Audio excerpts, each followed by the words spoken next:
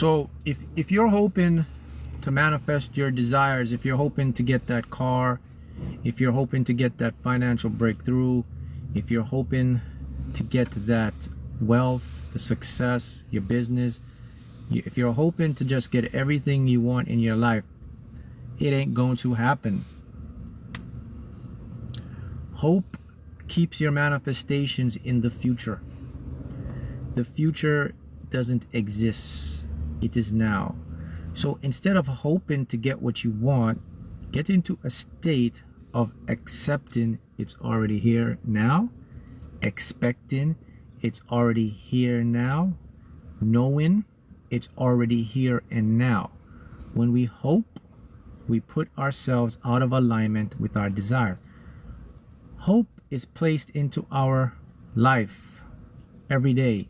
We think it's a really positive thing. We think that, oh, we're doing the right thing, but it's actually counterintuitive. You have to understand, you have to work with how the mind works, and that's the subconscious mind. The subconscious mind, the secret is you have to reset your subconscious mind. So we have to get out of the hope thing, man. I get it, you know. It's so woven into us. I hope today's a good day. I hope I get that. I hope it works in my favor. I'm going to keep it real with you. Most likely it won't. So these are things in our life, man. Things in our everyday life, the language we use every single day is actually doing more harm to us than good. And we don't even realize it. And the real secret to really get into the state of manifestation, to get what you really want, is to pretend, because you have to pretend, because you can't see it, right? It's in a different dimension, but it's still there. So we have to use the word pretend. You have to pretend that it's already here right now. And not only it's here right now, but you are experiencing it through your feelings and through your thoughts. And everybody can experience something through feelings and thoughts, even though it's not here. I don't know if you know you can do that. You can experience being rich through your feelings and your thoughts. You can experience being healthy through feelings and thoughts. You know that. I want me to show you how you can do that. It's very simple. I can experience what it's like to be financially free just by thinking about what it would look like to be financially free, and then asking myself, what would it make me feel like? How would it make me feel to be financially free? There it is. I just got it. Oh, that's what it would feel like. I've just experienced financial freedom right there, through my quick imagination and through a thought and through a feeling. That's called resetting your subconscious mind. It won't work one time, by the way. So if you're doing this one time, you're not going to see results. This takes consistent repetition. Repetition actually forces your unconscious mind to change its habits. So if I repeat that, I will become in alignment, and I will then physically experience. Notice I said experience, but there's different types of experience. We have mental, emotional experiences, right? But the one you and I are looking for is the physical, correct? You want the physical experience. We have the emotional, mental experience by thinking of our thoughts, but what it would look like to have what we want, to feel what it would like to feel. But that's not going to get us anywhere. That's not going to make us happy. It's not going to make us fulfilled, because what we're really desiring is the physical things. So we want to take that emotional feeling and we want to convert it to physical. Well, guess what? If you're doing it the emotional way first, it converts to the physical. It works always like that. Nothing comes into your reality without some type of attention to it, some type of focus, some type of wanting or desiring or thinking or feeling. Then it pops into physical reality. You don't get what you want without thinking about what you want or feeling what you want first. So the manifesting process, or the co-creative process, is as follows. The first step is to project it. That means to visualize it, then to feel it, and then let it play out and come into your physical world. What we tend to do is we tend to rush the process, or we try to hijack the process. We try to put our own minds into it. We try to go do it physically. And the universe or the multiverse will not work that way for you. It will sabotage you all of the time. The great news now, however, is that you can go ahead and reset your subconscious mind. When you reset your subconscious mind, you are deliberately targeting it to show it what you want. And the first step to reboot your subconscious mind, to whatever you want to call it, is to first get out of the future. We get out of the future. We got to get out of hope, guys. I remember manifesting my lottery, and I was just hoping I would win. Only when I stopped hoping, I did win. I was hoping. I don't hope anymore. I just repeat the process until I get what I want or desire. I don't hope anymore. I just expect it to go in my favor. I don't look to the future anymore, because there is no future. It is now. And when my mind tries to take me there or attempts to take me there, I immediately cut it off, because I know what it's doing. It's teasing me. Your mind will tease you. Teasing is not a good feeling, right? We've all been teased before for something. When you want or desire something and you're teasing it, it's not a good feeling. That's what your mind does to you and I every single day when we think about what we want. But if we think about it from a point that it's over there or it's in the future, we are now misaligned with what we want in our lives. So we really have to get into this perception or the state of mind that it's right here for me right now. And all I have to do is activate the most powerful consciousness of mine, my unconscious mind. And my unconscious mind will manifest it for me. Listen, would you like me to show you and prove to you why this works 100% of the time? Yes, you can get excited about it. Whatever your blueprint is. We all have blueprints of emotions. Yes, that's correct. Mary Mohim. When we talk to the field replies. But let me show you why you must get this and why it works. So, science now can identify the processes of how life works, of how the brain interprets awareness. They can tell you right now, the neurons firing off, the electrical impulse, they can tell you the exact working of why you and I are conscious, of why you and I are aware. But here comes the hard, they call it the hard problem of consciousness. In other words, what should be happening is we should all be autonomous robots, just moving with reactions and programs. But that's not the case. What baffles science now is that they're saying this. They're saying, well, damn, you're not supposed to be experiencing the color red. You're not supposed to be experiencing joy, taste. You're not supposed to be experiencing anything. We don't know why you're experiencing things at all. You shouldn't be experiencing, because I'm looking at the brain, I'm looking at everything firing off, but something's going on here. There should be no awareness or experiences or perception or a subjective experience. You and I shouldn't go out, and you shouldn't have a good time, and I shouldn't have a bad time, and we shouldn't talk about how each other see things different. You and I shouldn't see colors. You and I shouldn't taste things. You and I shouldn't experience joy, peace, this makes no sense. So what is going on here? Well, What's happening or what's going on right now is the following, is that they used to think and believe that the brain creates consciousness. But now they're starting to see and find out that the brain just picks up consciousness. The brain is just receiving the consciousness.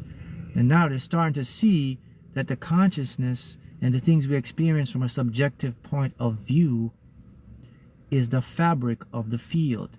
It's always been here.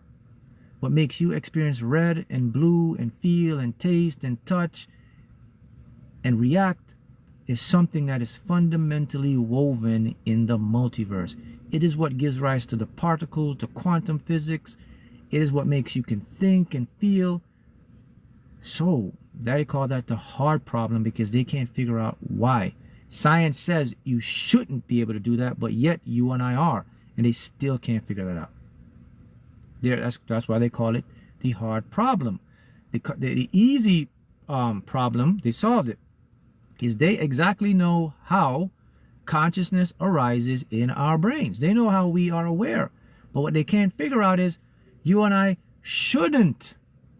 We should be aware, but we shouldn't be that we know we are aware. That's the crazy thing. You and I should never know that I am here right now. And I'm aware I'm here.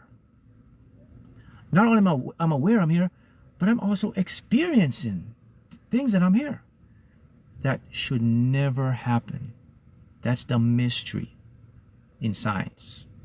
And they come up with all these different things. Okay, here's my point. I brought this up to show you this, okay? So, since consciousness, the awareness for your higher self, right? Since it's the one generating experiences and giving us different points of view in subjective matters, since it's coming from a field that's invisible, in the field, right, can turn things into physical matter, right? So how do you and I communicate with our consciousness? Through what? Feelings and imagination. So when you imagine and feel something, from the field, it goes into your brain. Your brain interprets it from a subjective point of view. A subjective point of view is the way I see it versus the way you see it. Now, the way you see it, the consciousness filters down to your point of view. Anything that comes into your point of view, it always comes in two steps. Step number one, it will always come in a non-physical or emotional way. That's the feeling, that's the visual. Step number two, pay attention to this one. After step number one, it must come in a physical, fulfilling experience. Okay? So this is why it guarantees you 100% that you will experience what you feel and think about the most as already here for you. They can't tell you why it happens because they don't know why we're even experiencing or being aware. All they can tell you is, yeah, it does happen, but we don't know why it happens. And this is what we're doing today, and we're trying and attempting to figure this out. And this is why they call it the hard problem of consciousness. So you and I, here right now, we are something bigger or greater than we have been led to believe. So, since you know that, why don't you use what you have to get what you want? Right? You get what you want by rebooting, by changing the subconscious, which is the interpreter. Your subconscious is the interpreter that brings things into your life. You got to get to know your subconscious mind. You have to become really, really familiar. I mean, your subconscious mind have to be like your best friend. Just like your ego is always there, you got to get your subconscious mind on deck. You got to make it conscious like the ego. Once you get your subconscious mind conscious like your ego, you become very unstoppable. After all, it is what controls 98% of our habits and our actions and our things and our thoughts. It is what runs the field. It is the middleman between the field, you and I. So once you get your subconscious mind very, very primed and very up-to-date programming, you got a lot of magic starts happening in your life. And there are definitely signs that if you like to know some signs that your subconscious mind is primed and ready to manifest, if you're doing the work, yeah, there are definitely signs. Sign number one. Well, by the way, let me ask you this question. What is the most powerful way you think your subconscious mind communicates to you when it knows you're in connection with it? Anyone knows? Comment below. What is the number one sign that your subconscious mind is primed and in alignment with you and you're on your way to manifesting?